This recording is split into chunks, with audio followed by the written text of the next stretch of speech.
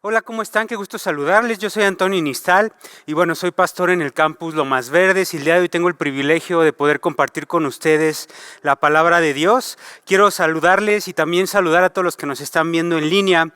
Continuamos con la serie Los 10 Grandes. Hemos estado estudiando pues los 10 mandamientos, los 10 parámetros que Dios nos da para poder tener una vida plena, una vida en una relación correcta con Dios y en una relación correcta con los demás. Sin duda alguna ha sido una bendición esta serie, tanto para nosotros como predicadores que hemos estado preparando los mensajes, como estoy seguro para ustedes como iglesia. Y el día de hoy vamos a ver el sexto mandamiento. Seguramente ya has escuchado que los primeros 5, muchos teólogos dicen que tiene que ver con tu relación con Dios, ¿no? Incluido el quinto mandamiento, que es honrar a tus padres, pues afecta directamente tu relación con Dios. Y los mandamientos que sigue tienen que ver con tu relación con los demás. Así que bueno, yo quiero que prestemos atención. Voy a ser breve, pero estoy seguro que va a ser de impacto, de bendición a tu vida el día de hoy. Y hoy vamos a ver el sexto mandamiento, que básicamente es no matarás. No matarás, y vamos a aprender que lo que tú creas de la vida, lo que tú creas del concepto del origen de la vida, de lo que significa vida, va a implicar el cómo vas a tratar la vida, el si la vas a valorar o no la vas a valorar. Y mientras preparaba este mensaje, pues estuve estudiando qué es lo que piensan las personas, los científicos, o cuáles son las principales teorías que piensa el mundo acerca del origen de la vida, y también voy a mostrarte algunas cosas que nos dice la Biblia sobre la vida. Y nos vamos a dar cuenta que chocan directamente. Y esto es importante porque pues lo que tú creas de la vida y acerca del origen de la vida es lo que tú vas a actuar hablando de la vida, ¿no? Y mira, te quiero leer algunas teorías del origen de la vida. La primera se llama abiogénesis. Esta teoría postula que la vida surgió de manera espontánea, a partir de materia inorgánica, en condiciones primordiales de la Tierra. Según esta hipótesis, la combinación de elementos químicos y condiciones ambientales propicias podrían haber generado las primeras moléculas orgánicas y eventualmente sistemas vivos primitivos. En otras palabras, esta teoría dice que materia inorgánica en condiciones específicamente únicas y perfectas, tuvo que combinarse todo eso para generar vida. ¿Cuáles son las debilidades de esta teoría? Bueno, primero, que no se sabe cómo sucedió esa transición de moléculas simples a sistemas vivos complejos. No hay una manera concluyente o algo que compruebe que un sistema simple se puede convertir en un sistema complejo. Simplemente no hay, no existe. Por eso esto sigue siendo una teoría. Otra debilidad de esta teoría es que no se conoce con precisión las condiciones específicas de la Tierra primitiva, por lo que el hecho de que hubiera habido abiogénesis es muy remoto porque ni se sabe cómo era la Tierra en ese tiempo. Así que esta teoría tiene estas dos debilidades. Ahí les va la siguiente teoría, la panspermia. Esta teoría dice que la idea a través de la vida en la Tierra pudo haber sido sembrada por organismos o material genético proveniente del espacio exterior. En otras palabras, la invasión extraterrestre en esta teoría ya sucedió. Y dice, esto podría haber ocurrido a través de meteoritos, cometas u otros cuerpos celestes que transportaban vida o precursores de la vida desde otros lugares en el universo. Es decir, la vida vino de otros cometas, de otros planetas, y de alguna manera que no se sabe, llegó a esta Tierra y aquí empezó la vida, ¿no? Debilidades de esta teoría, bueno, la primera pregunta que nos tenemos que hacer, ¿de dónde viene esa otra vida? ¿De qué universo? ¿De qué planeta? ¿De qué seres? Esa pregunta sigue sin contestarse hasta la fecha, si es que tú creyeras en esta teoría. Otra cosa es que hay evidencia insuficiente. No hay evidencia directa de qué vida o material orgánico haya sido transportado a la Tierra desde el espacio. Básicamente, no hay evidencia que compruebe que de alguna manera llegó la vida a este planeta a través de otros planetas u organismos. Entonces, por esto sigue siendo una teoría. La siguiente es la hipótesis del mundo de ARN. Esta teoría dice que en las etapas tempranas de la evolución, las moléculas de ARN desempeñaron un papel fundamental como portadoras de información genética y catalizadoras de reacciones químicas. Se sugiere que las primeras formas de vida podrían haber sido basadas en el ARN en lugar del ADN y las proteínas. No soy experto en química, pero básicamente, si lo tuvieras que explicar a niños, esta teoría sería que el ARN es más simple que el ADN, y entonces esta molécula más simple fue la primera que pobló la Tierra y luego se fue haciendo más compleja hasta convertirse en el ADN, ¿no? Y entonces del ADN vienen los otros organismos. Ahora, ¿cuáles son las debilidades de esta teoría? La primera es la inestabilidad del ARN. Las moléculas de ARN son químicamente menos estables y más propensas a la degradación que el ADN, lo que plantea dudas sobre su capacidad para ser el principal portador de información genética en los primeros organismos. En otras palabras, con los hechos que tenemos en la actualidad, el ARN es muy poco probable que hubiera podido sobrevivir solo en un ambiente complicado para luego generar vida. Y otra debilidad de esta teoría es que la formación espontánea de ARN en condiciones prebióticas sigue siendo un desafío. Es decir, ¿de dónde surgió el ARN o esta molécula simple? ¿De dónde surgió? No hay manera de comprobar que surgió de alguna manera o de alguna cosa. Así que estas son las debilidades del ARN. Otra teoría, hipótesis del mundo del hierro sulfuro. Esta teoría propone que la vida pudo haber surgido en entornos hidrotermales ricos en minerales y en hierro y en sulfuro. Se sugiere que estos entornos proporcionaban las condiciones adecuadas para la formación de biomoléculas complejas y la producción de energía química necesaria para mantener la vida. En otras palabras, hace mucho tiempo, hace muchos años, estaban los minerales, el hierro y el sulfuro en cantidades tan grandes que al combinarse generaron vida. Básicamente es lo que nos dice esto. Ahora, las limitaciones de esta teoría. La primera son limitaciones geológicas. Aunque hay entornos hidrotermales que son ricos en minerales y que ofrecen fuente de energía, no está claro cómo se pudieron formar y concretar suficientes moléculas orgánicas complejas en estos entornos para dar lugar a la vida. En otras palabras, puede ser que tuvieras este entorno rico en minerales, pero luego ¿cómo se formaron las primeras moléculas? ¿Se dan cuenta cómo todas estas teorías tienen esa misma interrogante? Son teorías que no pueden comprobar cómo es que algo simple se convirtió en algo compuesto para luego dar vida. Otra debilidad de esta teoría es que no ha proporcionado un mecanismo detallado y verificable para la transición de simples moléculas orgánicas en sistemas vivos. La misma debilidad de las demás teorías, cómo algo simple se convierte en algo compuesto. Teoría de la evolución química. Esta idea sostiene que la vida surgió a través de un proceso gradual de evolución química, en el que las moléculas simples se combinaron y organizaron en estructuras cada vez más complejas. Con el tiempo, estas estructuras se convirtieron en los primeros organismos vivos. Se parecen todas estas teorías, ¿no? Fíjate las debilidades. La teoría requiere una serie de pasos extremadamente complejos y específicos para la formación de vida, lo que algunos consideran improbable, sin alguna intervención dirigida. En otras palabras, si esta teoría pudiera llegar a ser cierta, que hubo evolución química, los científicos dicen tuvo que haber alguien mayor que lo dirigiera, porque si no, no hay manera, ¿no? Otra debilidad de esta teoría, aunque se han realizado muchos experimentos sobre la formación de moléculas orgánicas, no se ha reproducido con éxito el paso de moléculas simples a estructuras vivas en condiciones de laboratorio, que simulen las condiciones de la Tierra primitiva. Volvemos al mismo problema, ¿cómo era la Tierra hace miles o hace millones de años? Ahora, ¿qué creemos los cristianos? Los cristianos, hijos de Dios, creemos en el creacionismo, básicamente que Dios creó al hombre y a la mujer, literalmente así como un cuerpo terminado. Eso es lo que creemos los cristianos. ¿Se requiere fe para creer eso?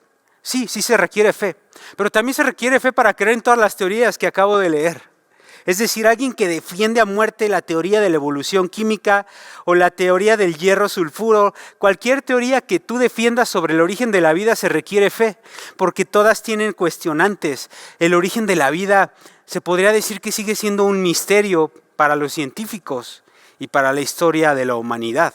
Ahora, si tú crees en Jesús, digamos que también necesitas fe, Pero cuando tú conoces a Jesús, conoces la Biblia y has visto lo que la Biblia puede hacer en tu vida, has conocido personas transformadas a través del poder de Jesús, has visto milagros, has visto que lo que Dios te ha prometido se ha cumplido, entonces te das cuenta que no necesitas tanta fe para creer lo que dice la Biblia, que básicamente es que Dios nos creó y que Dios genera vida. Te voy a leer algunos versículos sobre el concepto bíblico acerca de la vida, porque recuerda, lo que tú crees acerca de la vida es la manera en que vas a tratar la vida. Es decir, si tú crees que somos ahí, evolucionamos químicamente, entonces igual y tú te consideras una combinación de elementos químicos caminando por ahí, pero realmente sin tener algún sentido o algún propósito, o sin tener incluso algún valor. Fíjate lo que dice la Biblia acerca de la vida. Génesis 2:7. Bueno, primero, Dios genera vida. Eso dice la Biblia, Dios genera vida. Génesis 2:7 dice: luego el Señor Dios formó al hombre del polvo de la tierra, sopló aliento de vida en la nariz del hombre, y el hombre se convirtió en un ser viviente. Job 33:4 dice: el Espíritu de Dios me ha creado y el aliento del Todopoderoso me da vida. En este lugar creemos que Dios genera vida y Dios forma vida de la nada. Dice que sopló aliento en el hombre y entonces el hombre llegó a ser un ser viviente. En otras palabras, si tú y yo estamos hoy aquí y somos llamados seres vivientes, es por el aliento que Dios nos da. Dios genera vida y entonces por eso podemos vivir. Y esa vida la genera pues en todos los seres vivos que están aquí en la tierra. Otra cosa que enseña la Biblia acerca de la vida es que Dios quita la vida. Primera de Samuel 2:6 dice: el Señor da tanto la muerte como la vida. A unos los baja a la tumba y a otros los levanta. Job 27:8 dice: pues, ¿qué esperanza tienen los incrédulos cuando Dios acaba con ellos y les quita la vida? Y aquí puedes decir: oye, pero si Dios es bueno, ¿por qué quita la vida? Y yo te pregunto, ¿y por qué no? Si estamos aprendiendo que Dios da vida y Dios genera la vida y Dios creó la vida, ¿cómo le puedes reclamar al creador de la vida que la quite? Si alguien tiene derecho a quitar la vida, es Dios, porque Él la creó. Si alguien tiene derecho sobre algo, es porque le pertenece y es creador de algo. Y entonces nadie le podría reclamar a Dios que Él quita la vida. Es como si tú inventas algo y luego no quieres quitar ese invento. Te pertenece ese invento. Tú puedes hacer lo que quieras con lo que inventaste. Acá Dios crea la vida y por lo tanto Él es el único que tiene derecho a quitarla. En este lugar creemos que Dios es el único que tiene derecho a quitar la vida. Otra cosa acerca de la vida: Dios da vida o muerte a través de la salud o de la enfermedad. Fíjate lo que dice Segunda de Reyes 5:7. Cuando el rey de Israel leyó la carta, horrorizado rasgó sus vestiduras y dijo: ¿acaso soy Dios para dar vida y quitarla? ¿Por qué este hombre me pide que sane a alguien con lepra? Creo que solo busca pelear conmigo. Aquí este texto nos refleja que en ocasiones Dios va a quitar la vida o va a permitir que la vida cese en una persona a través de la enfermedad. Ahora, los que hemos puesto nuestra esperanza en Jesús, sabemos que no estamos muriendo, más bien estamos sanando, porque al lugar que vamos, que la Biblia dice que no hay dolor, no hay enfermedad, no hay corrupción, entonces llegamos al cielo, a la presencia de Dios, a estar sanos. Es decir, en el cielo no hay nadie enfermo. Si tienes un familiar que murió de cáncer, en el cielo no tiene cáncer. Si tienes un familiar que tuvo problemas mentales muy fuertes aquí en la tierra, incluso se quitó la vida, en el cielo no tiene problemas mentales. Para alguien que ha puesto su fe en Jesucristo, la muerte es el principio de la sanidad. Y es la sanidad más completa. Porque hemos visto milagros en este lugar, hemos orado por enfermos y Dios los sana de manera sobrenatural, a veces a través de los doctores. Pero no están completamente sanos. Igual y les da un resfriado, o salen aquí al frío y les da un resfriado, o a lo mejor se enferman después de otra cosa, o su corazón está enfermo, o su mente está enferma. Pero aquí en esta tierra nunca estamos completamente sanos. Piénsalo por un momento. Es más, los que tienen más de 40 años se duermen chuecos y amanecen con dolor de espalda. Nunca estamos completamente sanos en esta tierra, porque vivimos en un mundo roto y caído. Pero ¿sabes quién sí está completamente sano? Los que están en la presencia de Dios. Es decir, si tú estabas enojado porque oraste a Dios, yo te pedí que sanaras a mi papá, yo te pedí que sanaras a mi mamá, y ahora están en la presencia de Dios, ya no están con nosotros, están sanos. Dios sí contestó tu oración. Así que Dios da vida o muerte a través de la salud o enfermedad.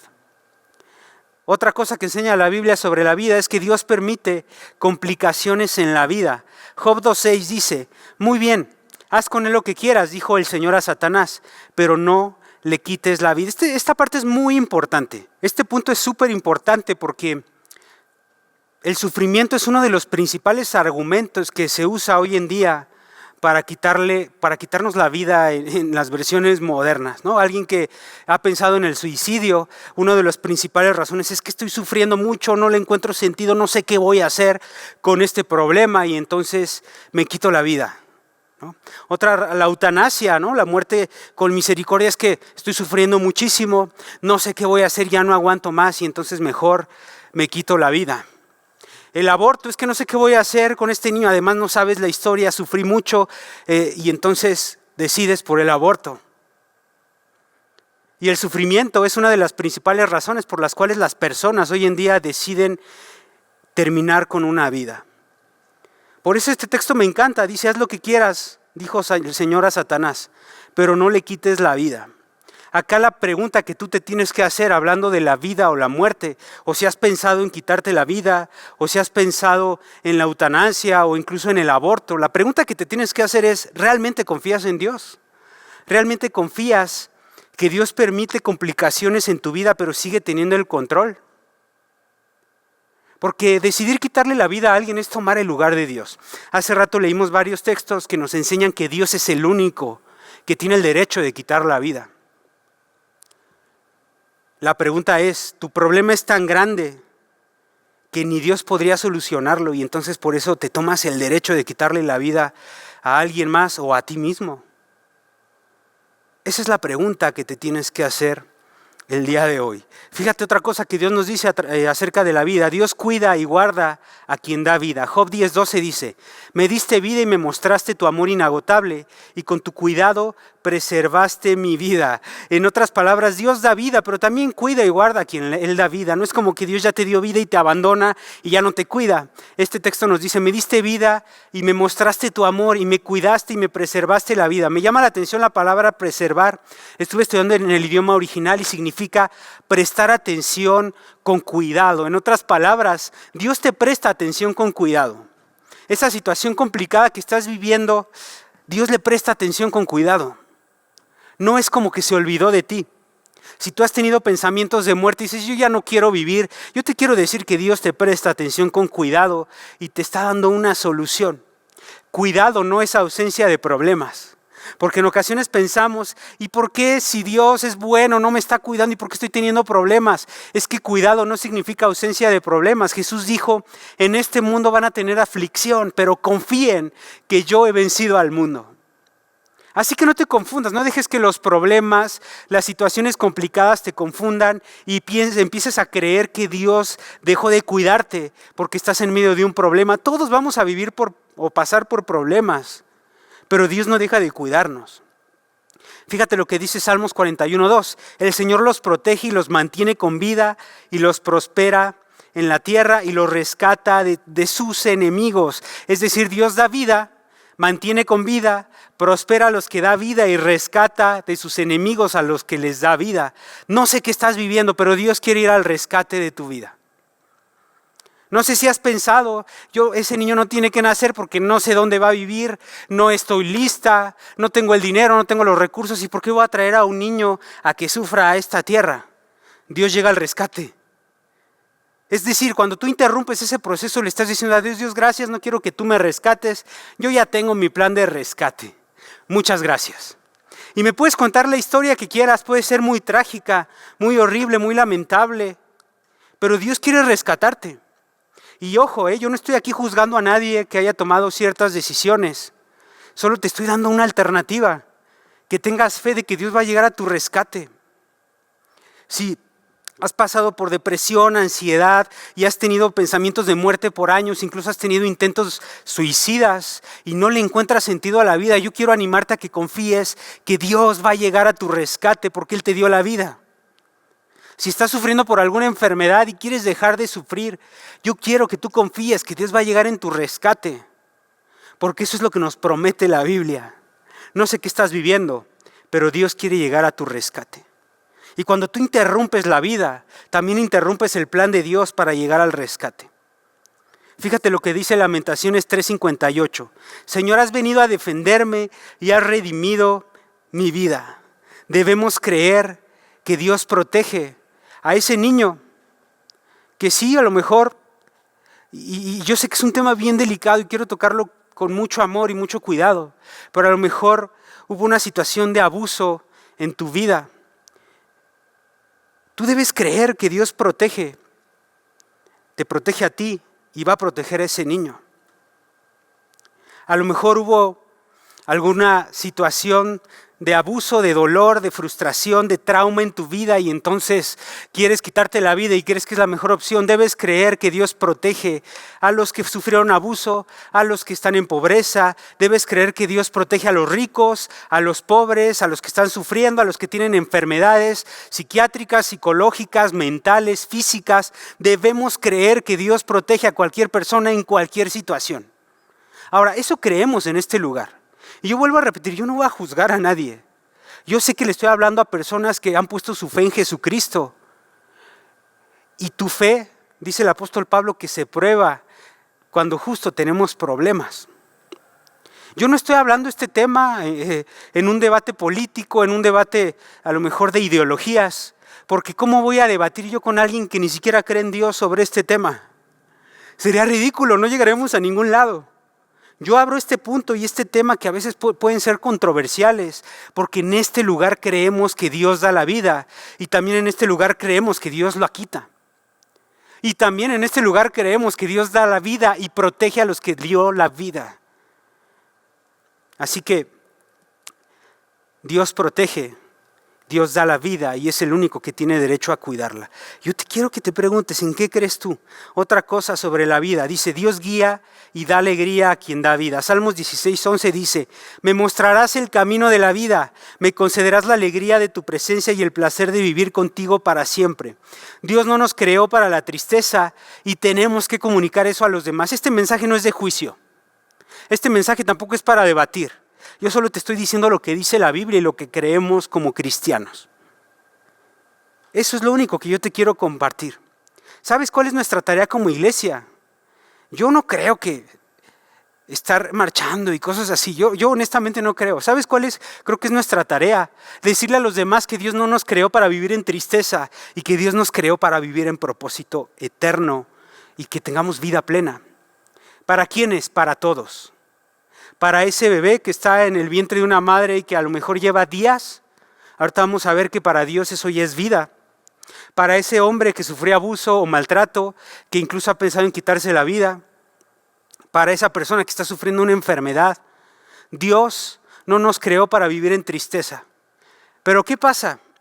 Que hay un montón de hijos de Dios que vienen aquí domingo a domingo y que están más amargados, más tristes, más ansiosos, más frustrados, con menos esperanza que gente que ni siquiera conoce a Jesús. Así que si ni siquiera estás viviendo el gozo en tu vida, ¿cómo lo vas a comunicar a otros? Pero ese debe ser nuestro mensaje, llevar esperanza al que no la tiene, no juicio. Mostrarle un camino a esa joven que está pensando que el aborto puede ser el mejor camino. Mostrarles que puede haber otras opciones. No juzgarla, no criticar. Mostrarle compasión y amor a esa persona que está sufriendo en una enfermedad y compartirle que Dios quiere acompañarlo en el proceso. No juzgarlos, porque somos buenísimos juzgando. Y ni siquiera entendemos qué puede estar pasando la persona para llegar a pensar que quitar la vida es la mejor opción. ¿Te puedes imaginar eso? ¿Un momento? ¿Qué podría estar pasando en la mente y el corazón de alguien que pensó que el suicidio era la mejor opción? Y esta la iglesia no es posible. Y yo me acuerdo cuando preparé hace ya casi más de un año una serie sobre el suicidio para los jóvenes de la iglesia. Y yo estaba recaudando la mayor información posible y me entristeció tanto que cuando me metí a ver ahí prédicas sobre el suicidio, ¿sabes de qué se trataban todas las prédicas? Todas, no encontré una sola que no hablara de eso. ¿Quién se suicida se va al infierno? Mi familiar se suicidó, se va a ir al infierno. El pecado del suicidio se perdona. Puros mensajes de juicio. Y los comentarios, bueno, no se diga. No, que si se suicidó, entonces no, que decía Jesús. Puro juicio. ¿Te puedes imaginar lo que puede estar pasando en el corazón, la mente, las emociones de una persona que piensa que quitarse la vida es la mejor opción? ¿Podríamos como iglesia callarnos un momento y dejar de criticar y de juzgar? Y empezar a mostrar amor y misericordia y mostrar alternativas y decirles a las personas lo que dice Salmos 16:11. Dios te quiere mostrar el camino de la vida, te quiere conceder alegría y quiere que vivas con placer para siempre. ¿Estamos comunicando ese mensaje como iglesia? ¿O solo somos los antitodo del mundo? Porque así nos conocen en el mundo, los antitodo. Y viene una nueva ley y no estamos de acuerdo. Y nada más no estamos de acuerdo, pero ¿qué proponemos? Estamos llevando esperanza a las personas que por su situación tan complicada están pensando que es el mejor camino. Yo pienso en una joven que sufrió abuso, por supuesto que no lo puedo entender. Pero, ¿juzgarla? Por pensar que debería abortar al niño, o sea, incluso si no crees en Dios es lo más sabio y lo más natural. Piénsalo por un momento, pero ahí estamos, no es posible. Y bueno, métete un poquito a ver los comentarios de los cristianos sobre estos temas y te vas a dar cuenta que no se puede hablar con nosotros. Y eso es una tristeza. Así que si les digo todo esto, no es para juzgar, sino que para que empecemos a dar el mensaje correcto. Fíjate otra cosa que dice la Biblia. Dios decide cuánto tiempo se tiene de vida. Salmo 21:4 dice, te pidió que le preservaras la vida y le concediste su petición. Los días de su vida se alargarán para siempre. Proverbios 4:10 dice, hijo mío, escúchame y haz lo que te digo y tendrás una buena y larga vida.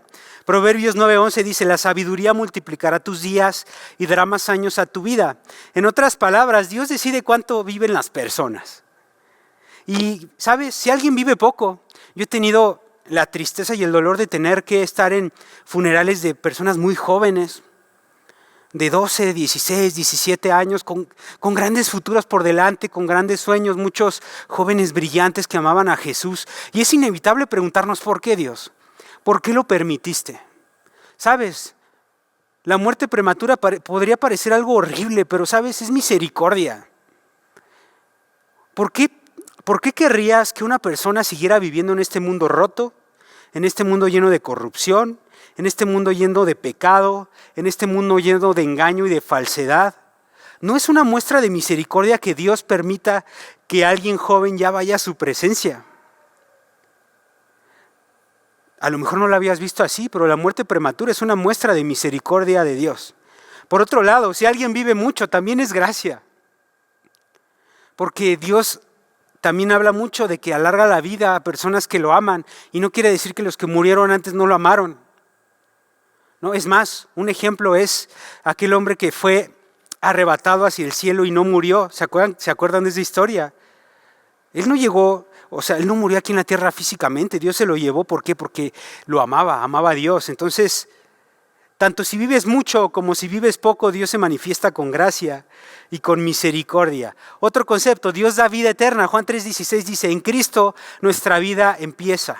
Más bien, Juan 3:16 dice, porque de tal manera amó Dios al mundo que ha dado a su Hijo único para que todo aquel que cree en Él no se pierda, mas tenga vida eterna. Por eso te digo que mi idea es que cuando morimos empezamos a vivir como hijos de Dios. Tenemos vida eterna.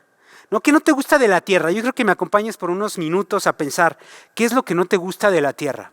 Y vas a pensar en cosas como, pues la corrupción, la maldad, la delincuencia, la enfermedad, la división, las guerras. Hay muchas cosas horribles en esta tierra.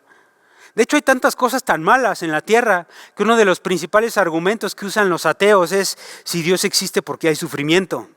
Y hace un momento les hablé un poco que el sufrimiento es el principal pretexto como para decidir quitar la vida. Pero sabes, nosotros creemos que Dios tiene un plan. Es decir, lo que vivimos en esta tierra solo es un tiempo pasajero. No vamos a estar aquí para siempre.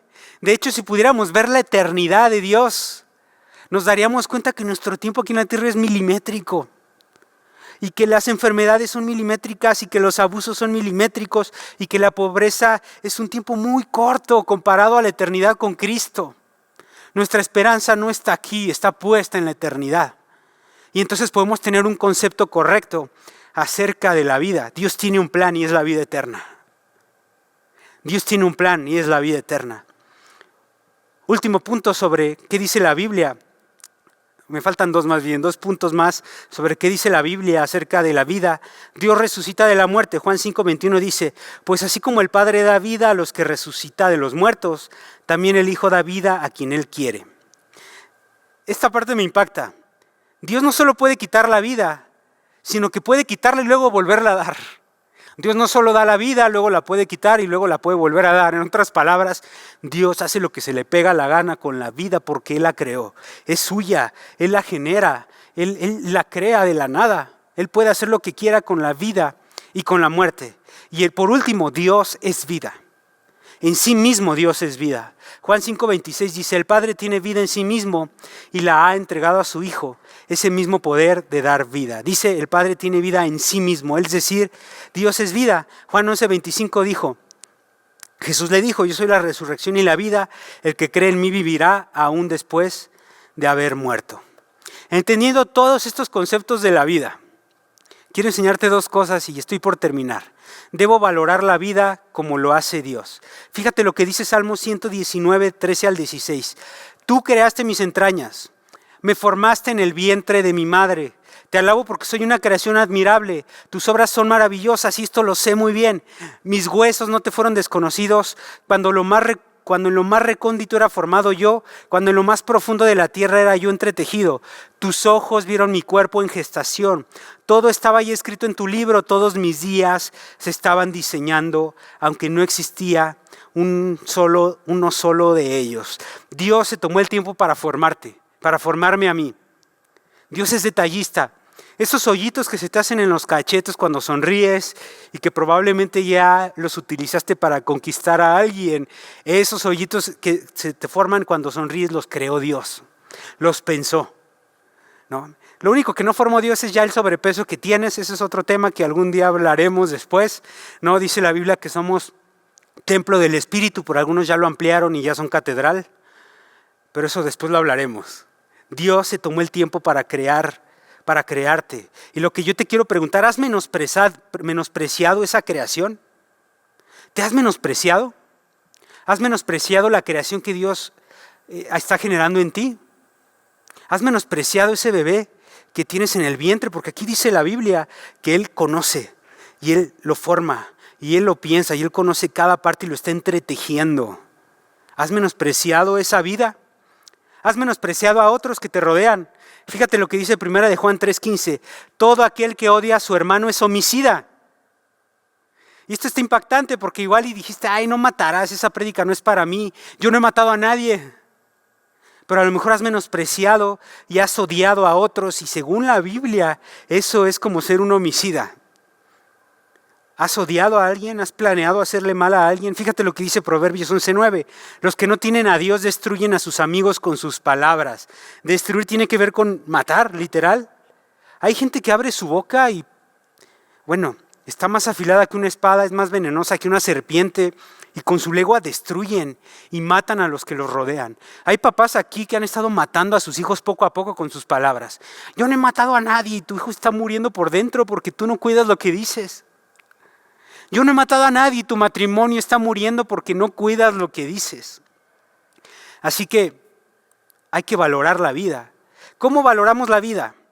Amando, ayudando, respetando, construyendo con nuestra boca, no siendo indiferentes, ¿no? Hay un texto en la Biblia que me impactó que dice, no te mates, no te quites la vida. Si alguien se quiere matar y tú, ay, bueno, pues yo ni sé, yo no soy experto en suicidio, que Dios le ayude. Estás contribuyendo a esa muerte. Como iglesia tenemos que avisarle a las personas que su vida es valiosa, que nos importan y que vamos a hacer algo para que sigan viviendo. Así es que valoramos la vida.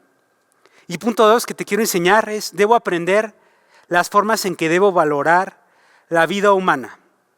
Y quiero tocar este tema. Es importante porque Actualmente este tipo de temas se han ido normalizando con argumentos que parecen piadosos. Y vuelvo a repetir, yo no estoy aquí para debatir leyes, porque puede ser que, hay muchos temas complicados dentro de las leyes que yo no conozco. Yo solo te estoy compartiendo lo que creemos como cristianos. Dios dice no al suicidio. Y entonces dice, mi vida es difícil, no encuentro salida, lo mejor es quitarme la vida, ya no voy a estorbar, ya no voy a sufrir.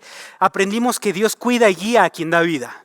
Si has estado pensando en quitarte la vida, yo quiero que ahora pienses, Dios me dio vida y por lo tanto me cuida y me va a guiar y no me va a abandonar. En eso confío. Ahorita sigo sintiendo desesperanza, sigo sintiendo ese anhelo de ya no vivir, pero confío en que Dios me cuida. ¿Sabes? No te voy a juzgar porque tengas pensamientos de muerte. Cuando estuve preparando la prédica, encontré un montón de pasajes bíblicos donde personajes de la Biblia que admiramos decían a Dios, quítame la vida. Ya no quiero vivir. ¿Para qué vivo? Es humano a veces estar en hoyos tan profundos que creamos que no vivir es la mejor solución. Pero recuerda, Dios cuida y guía. Dios dice no a la muerte misericordiosa. ¿Qué aprendimos? Porque que Dios quita la vida y sabe cuándo viviremos y usa la enfermedad a veces para traer muerte. Así que si estás sufriendo, yo te quiero pedir que ores a Dios y le digas, Dios, tú eres dueño de mi vida. Ya no quiero sufrir. Échame una mano, llévame a tu presencia. Se vale orar por eso. Y Dios responde, o sáname, ya no quiero estar sufriendo con esto. Pero aún si Dios se tardara en contestar, tenemos que creer que Dios decide cuántos días vivimos en esta tierra y no nos corresponde a nosotros decidir eso. Y tercer cosa en que debes valorar la vida, Dios dice no al aborto. Aquí creemos que Dios es tu creador y es creador de vida. No, las filosofías te van a decir, es mi cuerpo y yo decido. Aquí creemos que ni es tu cuerpo, ni tú decides porque es cuerpo de Dios, porque Él te lo dio y te formó. Así de fácil y así de claro. Si yo debato esto con alguien que es ateo, que no cree en Dios, pues voy a perder el tiempo. Y por eso este mensaje puede ser muy confrontador, ¿no? Pero tienes que analizar tus creencias. Otra creencia es que Dios, un bebé, si tiene muy pocas semanas de nacidos y le van aumentando las semanas, entonces realmente no es vida, es un producto. ¿Sabes? Dios llama vida desde el primer segundo que el bebé está en el vientre de la madre. Otra cosa, situación horrible, es que no sabes todo lo que yo viví. Y aquí creemos que Dios cuida de nosotros aún en los momentos más difíciles. Estoy por terminar y quiero contarte una historia de una señora. Esta señora tenía tuberculosis. Y bueno, tuvo a varios hijos. El primero nació ciego. El segundo murió cuando nació. El tercero nació sordomudo. El cuarto nació con tuberculosis. Y el quinto, sabían que probablemente nacería enfermo. Y entonces todos le decían, aborta, no tengas ese hijo. No es una buena idea. ¿Sabes quién es ese niño que nació de esa mamá? Beethoven. Tú no sabes lo que Dios quiere hacer con alguien que le da vida. Porque cada persona que nace aquí en la tierra tiene un propósito especial. Y tenemos que creer eso. Porque sabes, si lo piensas por un momento y somos fríos y pensamos en la muerte, en la corrupción, en la ansiedad, en los robos, en los abusos, en las violaciones, en las injusticias, honestamente, todos muramos al mismo tiempo porque no hay esperanza en este mundo. Vivimos en un mundo roto. Pero queremos seguir viviendo porque creemos que Dios tiene el control de nuestra vida. Y yo con esto quiero cerrar. Di no a la muerte y di sí a la vida. No mates, no interrumpas el propósito eterno que Dios tiene para ti. No interrumpas el propósito que Dios tiene para tus hijos. No interrumpas el propósito que Dios tiene para tus familiares. Di sí a la vida. Y quiero que te hagas estas preguntas ahí en tu lugar. Si quieres, escríbelas porque quiero que las reflexiones. ¿Realmente crees que Dios es creador de la vida? Es decir, si estás aquí, ¿realmente crees que Dios te creó? ¿Crees que tu vida y tu cuerpo le pertenecen a Dios? Es decir, ¿crees que Él te entretejió y te prestó un cuerpo? ¿Realmente crees eso? ¿Crees que tiene derecho a quitarla? ¿Crees que Dios es el único que tiene derecho a quitar la vida?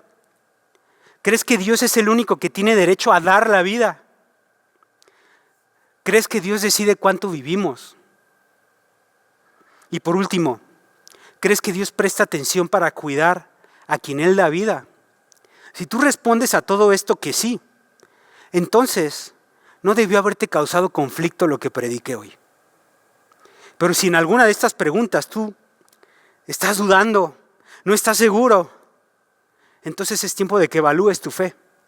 Porque el Dios de la Biblia hizo todo esto.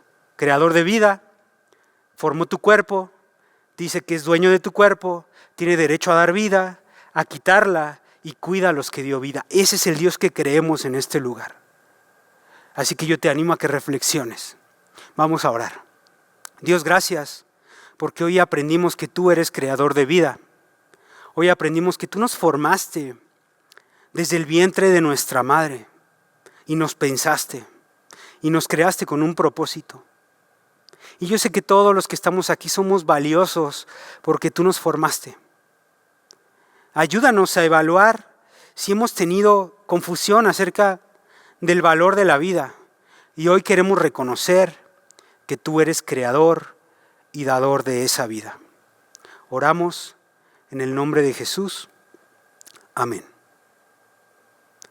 Y bueno, iglesia, hoy vamos a tener un momento muy especial. Es el momento de la Cena del Señor. Y bueno, en este justo recordamos que Jesucristo entregó su vida para que nosotros pudiéramos vivir. Es un momento en el que recordamos que Él entregó su cuerpo y su sangre para que nosotros tuviéramos vida. Así que vamos a tomarnos unos momentos para que puedas tener los elementos y regresamos. Hoy vamos a recordar uno de los momentos más significativos en la vida de Jesús y lo recordamos a través de la Cena del Señor. Entonces vamos a leer algunos versículos, ya tienen ustedes los elementos y bueno, vamos a consumirlos pero recordando el significado. ¿Sale? Entonces voy a leer la Biblia, dice la palabra de Dios en Lucas 22:17. Entonces Jesús tomó una copa, dio gracias a Dios y dijo: tomen esta copa y compártanla a todos. Les digo que no volveré a beber vino hasta que el reino de Dios esté aquí. Entonces Jesús tomó pan, dio gracias a Dios, lo partió, se lo dio a los apóstoles y dijo: este pan es mi cuerpo que doy por ustedes, cómanlo como recordatorio. Coman el pan.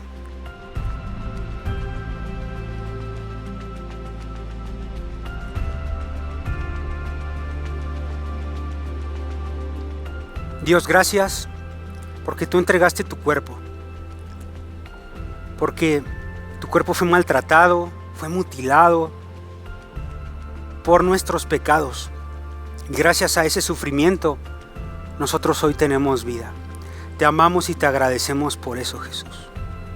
Gracias por tu amor y por tu sacrificio. En el nombre de Jesús, amén. De la misma manera, después de la cena tomó la copa y dijo: esta copa es mi sangre que es derramada por ustedes y establece el nuevo pacto. Pueden tomar de la copa.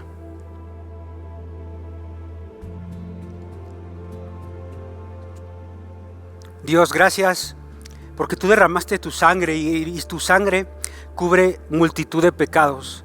Gracias porque somos limpios, porque somos aceptados y perdonados por ese sacrificio y ese derramamiento de sangre. Gracias a esto hoy tenemos vida. Te lo agradecemos en el nombre de Jesús. Amén.